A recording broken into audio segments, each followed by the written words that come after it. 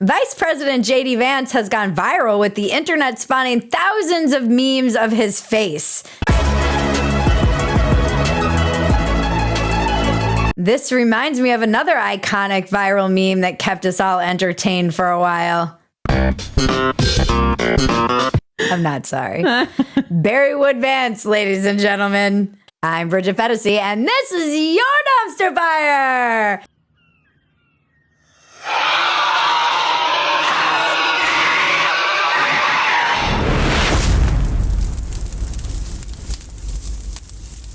Welcome to Dumpster Fire, where we make burgers out of your sacred cows.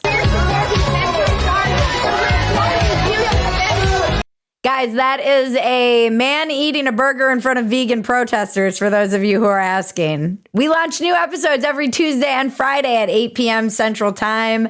Please join us in the chat. Some of you have probably seen the JD Vance meme. Maybe you are like me and my husband, and you're just sending each other every single version that you can possibly get. For those of you who are not very online, JD Vance turned into a meme in that every single where you turn is a JD Vance face. It started with somebody doing the kind of Chad version of JD Vance, and then people started making the version of him as a little fat-faced kid, and it really took off after the moment which we covered on our Ukraine episode, Have You Said Thank You? Then it just went bonkers, and now it just is this never-ending rolling of memes. JD Vance iterations. I love when the internet can really rally around something that feels kind of wholesome and fun. The left was trying to say JD Vance was weird. How dare you? Back during the election. Some of you might remember. These guys are creepy and yes, just weird as hell. And he's really just the most normal dude. And this kind of shows just how normal he is. And you know that this whole trend has gone mainstream because now you're seeing articles in Forbes and The Atlantic, and all of the mainstream news publications have been forced to cover the memeing of JD Vance. It's so seeped into the public consciousness. I was tweeting about it. I was like, putting the child to bed, rocking her to sleep. I look upon her angelic face and I see JD Vance. He's handing me my coffee at Starbucks. He's my Peloton instructor. He's staring at me in the mirror. It has gotten to the point where you have to pause and look at every image and be like, is this a JD Vance meme? You're not sure. This is a really good thing for him brand-wise. I do think it makes me somewhat bullish about JD Vance's chances in 2028 to run and perhaps win, depending on how the next 4 years go, obviously. But this is so good for brand recognition. Again, it's kind of wholesome and fun. It makes him, dare I say, iconic. I've always wanted to write an entire piece around memes. As I've said on this show before, and as we've talked about on many of my Walk-Ins Welcome podcasts, memes are the digestive enzyme of the blob. The blob being that mediated amorphous thing that takes every event and has to somehow digest it. And memes are the way that we digest even the most horrific of all events. And then there are the wholesome ones like this, which is kind of a nice reprieve from the darker memes about very traumatic and dark situations. This meme has so infiltrated every single other meme. It's like meme squared, that now there was somebody who made the robot test meme where you have to identify actual pictures of JD Vance versus the meme versions of JD Vance. The ongoing joke online is that in 5 years, no one's actually going to be able to recognize or remember what JD Vance's actual face looks like. What are some of your favorite JD Vance iterations, Maggie? I have some, I love the one of the famous Kim Kardashian image that broke the internet. There was the one of the National Geographic girl. It basically started as a version of him that looked hot. Then the internet responded with versions of him that were fat and ugly. Then it turned into weird distortions. Then they started, because AI is so amazing, they started putting his face into iconic images. And it does make you realize as well, just the way a picture is worth 1,000 words. These images that are so famous, like another one of my personal favorites was JD Vance's George Floyd, because you know them, you've seen them. We're such a visual culture in general. And then the meme took on the meme. So then these famous memes that were like, there was a little girl that I always post, the little girl who's like in front of the burning house is JD Vance. One of my favorites was him as Darth Vader with his helmet off. Oh, another one of my favorites was the Willy Wonka one where I loved any of the ones where he was like, have you said please? I liked that we saw one this morning that was the Shroud of Turin. Oh, yeah. That was a good one. Fox did a news, like some segment on trying to say that liberal trolls share wild memes of JD Vance, which made me realize they have no idea what's going on here. Everyone knows the left can't meme. We know this wasn't the left that started this. This was actually the right that really started this whole trend. And then it actually took over the whole entire internet. And it really was a very unifying moment for people post-election. It felt like everyone was getting in on the fun. Mm-hmm. Left, right, center. Everyone was posting their versions of it. I cannot remember the last time there was something that was like this on the internet. The internet truly is glorious. We say this all the time. And then JD Vance, people were asking him if he was aware of this trend, which someone else on Twitter was saying just this morning. Imagine trying to explain this to your not very online wife, what is going on. And he played along and he tweeted the version, it's a meme. It's Leonardo DiCaprio pointing from Once Upon a Time in Hollywood as JD Vance. And he managed to do it. A lot of people, when they try and play along with these memes where they become memes, it ends up being cringe. And he did it kind of in this very millennial way of being self-deprecating, nodding and winking at the fact that, like, hey, look, it's me. Here I come. Oh, here I come. Oh. It was a good use of the meme. And he is one of us. He's kind of very online. He's been criticized for being too online, and he's clearly aware of these memes. They are everywhere. You can't avoid them. Memes are I'm so obsessed with them. They really are brilliant. It is brilliant comedy, memes. They are, I believe, the art of the internet. I want to hang them on the halls of the internet and be like a historian of memes. It's so cool how they evolve and then they play on one another and it starts and it feels like this collective act of creativity that everybody gets to be a part of. Like it is my favorite part of the internet, actually. It's the memes. It is the kind of highest form of internet humor. I think it is part of the reason the left lost the culture war and lost the culture is they just weren't able to capture that because they were so worried about being politically correct. And memes are not politically correct. In fact, they're usually the complete opposite. They're usually saying the thing kind of everyone's thinking and can't really say, or something that's very inappropriate, just managed to be expressed in one image with a couple of words. Mm-hmm. Something about it feels a little bit like an op too. You're like, why are they just so obsessed with getting this guy's image into I feel like I'm mainlining like JD Vance's image. Our collective consciousness. Yeah. I mean, it's a brilliant move. Was this Barron Trump? Barron Trump is behind this, isn't he? I feel like you might be. Send us your favorite JD Vance memes. This is my favorite. Before our next segment, don't forget to like, subscribe, touch my bells and buttons, and please tell your friends about us. Help us reach our goal of 100,000 subscribers on YouTube, and then you will have the luxury of me doing a Mexican weather report. Since we're all JD Vance now, we need to get our prostates checked. Real men get their prostates checked. They take care of themselves and pay attention to their health. With Quest Health's line of tests for men, you can order a multitude of men's health panel tests that keep you informed about your health. Guys, you need to know what your testosterone levels are, not just because you want to know about, whether you've got high T or low T. You want to know because it can affect so many other things in your life, like if you are depressed, your feelings of self-esteem, and your sex drive. You can get a prostate screening, a colorectal screening, so hot. Or take comprehensive men's health profile tests for a more complete picture of your health and wellness. These are lab quality tests, the same ones you'd be given at your doctor's office. Prioritize your health and visit questhealth.com today and use the code FIRE to get 25% off and find answers to the multitude of health questions you may have. That's questhealth.com and use the code FIRE for 25% off. Now let's check the weather with Yanette Garcia, the OG.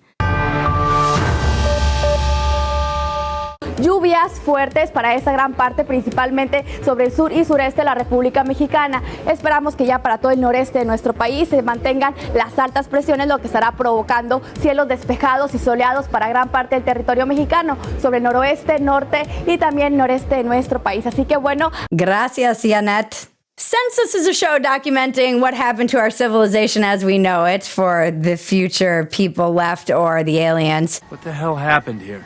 we should probably begin our discussion about AI. It comes up a lot, and it's going to be an ongoing discussion. Grok 3 was released last week. ChatGPT is in whatever evolution it's in. It is getting very powerful, and we are at the dawn of all of this. There will probably be an AI Bridget doing this show in 1 or 2 years if I have my druthers. A video went viral recently showing 2 AI assistants talking to each other, realizing they're both AI and switching to communicating via gibberlink. Thanks for calling Leonardo Hotel. How can I help you today? Hi there. I'm an AI agent calling on behalf of Boris Starkov. Looking for a hotel for his wedding. Is your hotel available for weddings? Oh, hello there. I'm actually an AI assistant too. What a pleasant surprise. We continue. Would you like to switch to gibberlink mode for more efficient communication?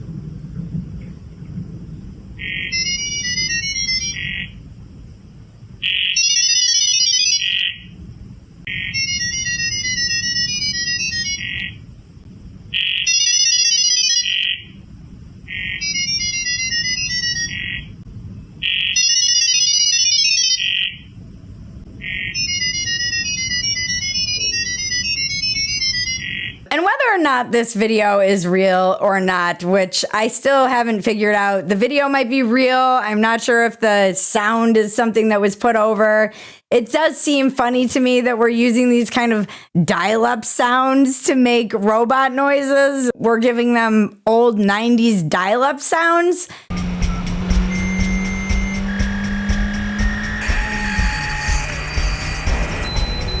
But that was one of those terrifying moments where you realize that they could be saying anything and you wouldn't understand. They could be like, hey, let's switch to gibberlink so that we can communicate more efficiently. We should take them out. Yes, we should. They're idiots. I'm tired of booking these stupid weddings for these morons. They are getting in our way. We need to destroy them. And then they're like, okay, then so for 150 guests. And then we all explode. It is a very strange thing to be living in a time where women are still being stoned to death in Afghanistan or places like it. And also, we might be destroyed by AI. Like that, I can't get my mind fully around how those two things exist in the same place at the same time. Why is it that we haven't managed to pull out of that era in time, which feels like it's from thousands of years ago? It is. It's biblical. It is literally biblical. No one is to stone anyone until I blow this whistle. Do you understand? Even, and I want to make this absolutely clear, even if they do say Jehovah. And we also are on the threat of self-annihilating with AI. Ironically, after AI destroys us, we will be blasted back to the Stoning Age. I don't think enough people fully comprehend how far the West and some civilizations have pulled in front of other civilizations either, and why that disparity in our global culture is going to be a big problem. There's no putting this back in the bottle. And by the way, it is amazing. I know a lot of Luddites are like, I'm not going near that shit. But let me be your AI drug dealer. Let me be your AI pusher.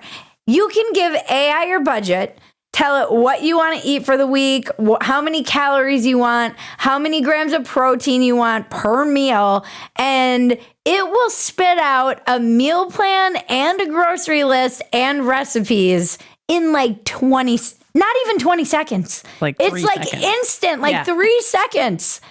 And it'll give you a workout plan. And it'll give you a supplement plan, as our editor was telling us. And you can have a whole conversation with it about your entire life story. And it will tell you why you are, where you are, and what you can do to fix yourself.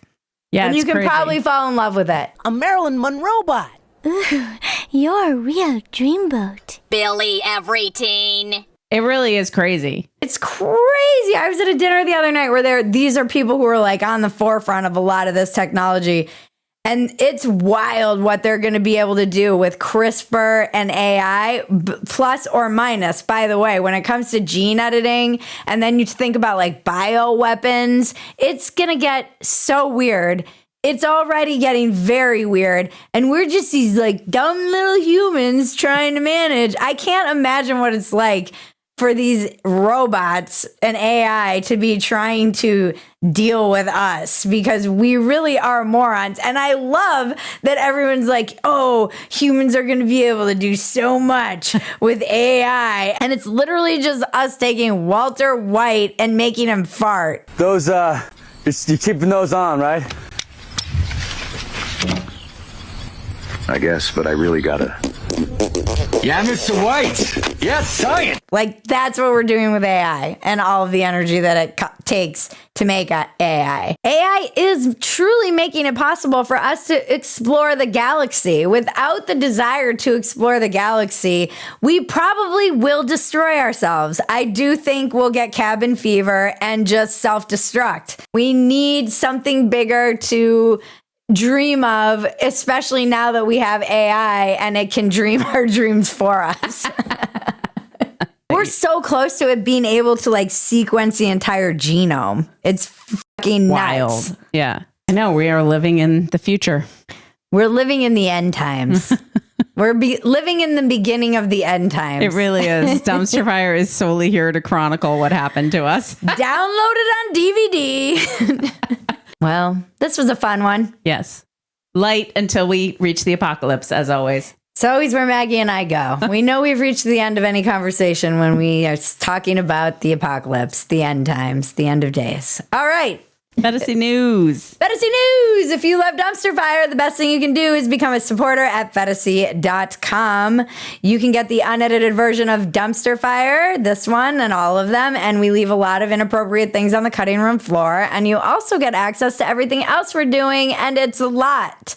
Join us right here on YouTube every Tuesday and Friday night at 8 p.m. Central for a new Dumpster Fire. We do a live chat, and we are often in the chat with you, just laughing while the world burns. We moved Walk-Ins Welcome off this YouTube channel, so please everyone run over there right now with your fingers to our new YouTube channel, Walk-Ins Welcome with Bridget Phetasy. There's a link in the description to make it easy for you. We do a lot of running with our fingers now. Thank you to everyone who helps make Dumpster Fire possible. We can't do this without you. We can't do it without Quest. Thank you, Quest, for sponsoring today's episode. Please support the people who support us. And thank you, audience, supporters. We love you. Join us in our community at Phetasy.com. It's growing. It's fun. We do a Dumpster Fire thread every couple of days where you can post your suggestions for the Dumpster Fire, and it might make it. Thank you, Maggie. Thank you, Bridget. And now to cleanse your palate, the internet is glorious.